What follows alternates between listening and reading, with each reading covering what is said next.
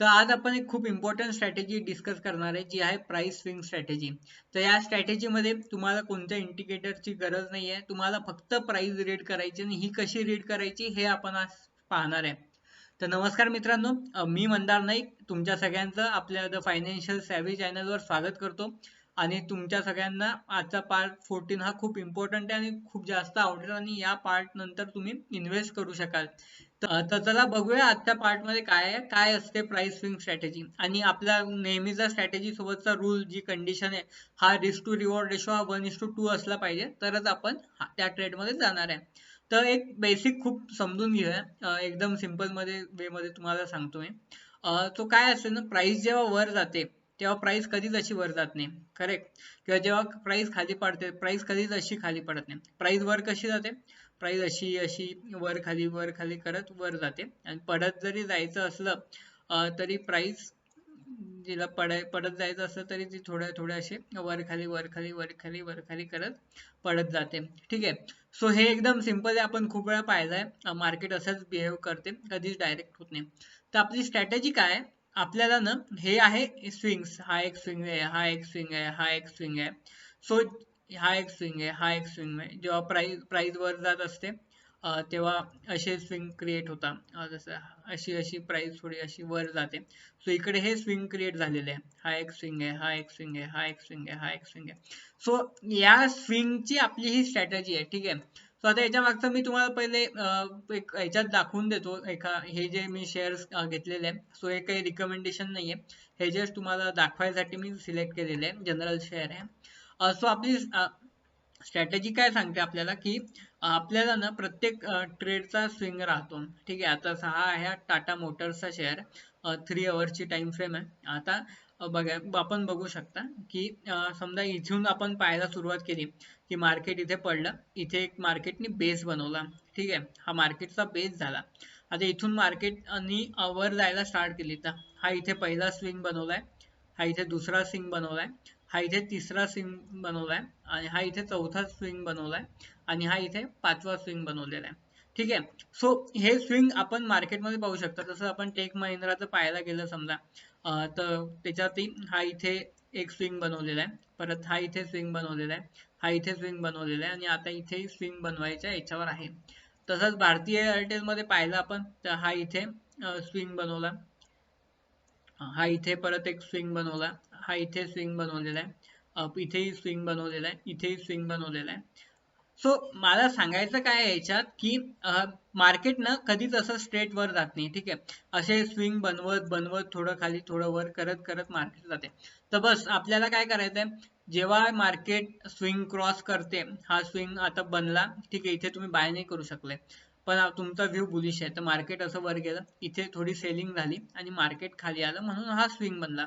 तर या स्विंगला जर तुम्ही कॅप्चर केलं, तर तुम्ही ही पुढची रॅली तुम्हाला घेता येऊ शकते. ठीक आहे. एकदम सिंपल आहे. याच्या आता मागचं लॉजिक पाहूया आपण, आणि मग परत काही एक्झाम्पल्स पाहूया. तर लॉजिक असं आहे याच्या मागचं, की समजा सपोज करा की एक शेअर आहे 10 रुपयाचा. ठीक आहे. आणि हा 10 रुपयाचा शेअरला खूप लोकांनी बाय केलं. ओके. आता बाय केलं, तर बायमुळे डिमांड वाढली, तर शेअरची प्राइस वाढली आणि शेअरची प्राइस झाली आहे समजा 18 रुपये. ठीक आहे. आता 18 रुपये शेअरची प्राइस झाली, तर पुष्कळ लोकांना वाटते यार 18 रुपये शेअरची प्राइस झाली आहे. आणि काही काही लोक ज्यांनी इथे बाय नाही केलं, त्यांना असं वाटतं की यार आपण तेव्हा बाय केलं असतं तर आज आपल्याला प्रॉफिट भेटला असता. करेक्ट आहे. सो 18 रुपयावर काय होते, ज्यांनी या लेवलला बाय केलंय, 10 रुपयाच्या लेवलला ज्यांनी बाय केलंय, ते सेलिंग चालू करतात. सो सेलिंग चालू केल्यामुळे काय होते, की सप्लाय वाढतो. सो शेअरची प्राइस ना ही कमी होते आणि ही 14 पर्यंत येते. ठीक आहे. सो असा हा ग्राफ बनतोय. आता 14ला काय होते, नवीन बायर्स येत आहे. सो नवीन बायर्सचं काय, की यार 10ला आपण मिस केला हा ट्रेड, पण आपण हा 14ला घेऊ शकतो, तेही आपल्यासाठी आहे अपॉर्च्युनिटी. बरोबर आहे. आणि या अपॉर्च्युनिटी मध्ये मग इथे नवीन न्यू बाईंग होते. आता न्यू बाईंग झाल्यावर काय होते, की मार्केट परत जाते आणि ते जाते 20ला. आता 20ला मार्केट गेल्यावर जे 10 वरचे काही उरलेले लोक असतील, ज्यांनी इथे सेल नाही केलं, ते पण सेल करू शकता. किंवा ज्यांनी 14ला बाय केलं, ते पण 20ला सेल करू शकतात. तर थोडं मार्केट परत पडते. पण ज्यांनी ही रॅली मिस केली, ही रॅली मिस केली, तर इथे पण नवीन बायर येऊ शकता ना. सो इथे जेव्हा नवीन बायर येतील, तेव्हा मार्केट परत वर जाईल. सो हे जे बाईंग पॉइंट्स आहे, हे आहे स्विंग. सो आपल्याला काय करायचं आहे, हे स्विंगलाच कॅप्चर करायचं आहे. करेक्ट.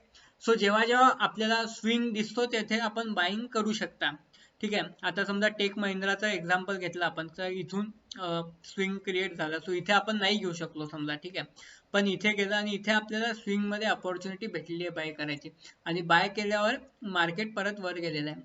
सो मार्केट स्विंगला रिस्पेक्ट करते, आणि या ठिकाणी तुमचा एंट्री पॉईंट काय राहील, जेव्हा स्विंग ब्रेक होतोय, म्हणजे हा इथे स्विंग आहे आपली कालची बॉक्स ऑफिस स्ट्रॅटेजी, आणि इथे स्विंग ब्रेक झाला की मार्केट वर जाते. आता आपण लॉंग टर्म इन्व्हेस्टिंगच्या हिशोबाने जर विचार करतोय, तर आपला जो स्विंग राहील, जो स्टॉप लॉस राहील आपला, तो प्रिव्हियस स्विंगच्या खालचा राहील. बॉक्स ब्रेकआउट स्ट्रॅटेजी मध्ये आपण काय पाहिलं होतं की आपला स्टॉप लॉस हा बॉक्सच्या खाली राहील. ठीक आहे, कारण हा इंट्राडे साठी आपण पाहत होतो. पण लॉंग टर्म इन्व्हेस्टिंग साठी जर आपल्याला पाहिजे तर आपला स्टॉप लॉस हा आधीच्या स्विंगच्या खाली राहील. सो या केसमध्ये आपला स्टॉप लॉस राहील इथे. ठीक आहे. इथे जर आपण बाईंग केलं असतं तर आपला स्टॉप लॉस राहिला असतं इथे.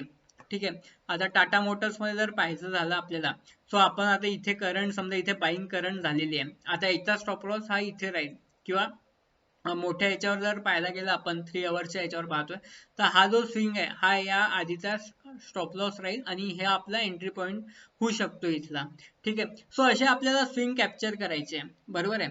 तर हीच होती आपली आजची स्ट्रॅटेजी, स्विंग स्ट्रॅटेजी. ही खूप जास्त इम्पॉर्टंट आहे. सो मार्केट जेव्हा पडते तेव्हाही आपण स्विंग स्ट्रॅटेजी वापरू शकता. जसा निफ्टी 50चा चार्ट आहे, आणि आता इथे समजा मार्केटने स्विंग पहिला क्रिएट केलेला आहे. सो इथे आपण समजा नाही बाय करू शकलो, मार्केट पडलं आणि मग इथे परत फ्रेश सेलिंग झाली, म्हणजे फ्रेश ऑर्डर प्लेस झाल्या. इथे परत एक स्विंग बनला, परत मार्केट पडलं, परत इथे एक स्विंग बनला प्रॉफिट बुकिंग करून आल्यावर, परत इथे एक हे स्विंग तयार झालं, परत इथे मार्केट पडलं, परत एक स्विंग तयार झालेला आहे, परत इथे मार्केट पडलं, परत एक स्विंग तयार झाला, आणि या स्विंग नंतर इथे मार्केट पडलं. मग इथे आपला बॉक्स ब्रेकआउट स्ट्रॅटेजी आली, आणि इथे ब्रेकआउट झाल्यावर मग हे बाईंगचे स्विंग तयार झाले. हा 1 2 3.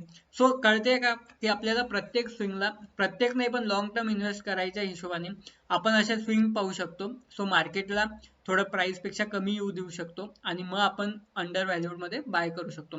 सो जर तुम्हाला हा व्हिडिओ आवडला असेल तर जास्तीत जास्त लोकांपर्यंत शेअर करा, सगळ्यांना इन्व्हेस्टिंग करायचे बेनिफिट सांगा, आणि या व्हिडिओला लाईक करा, कमेंट करा, जे काही तुमचे डाऊट्स असतील ते.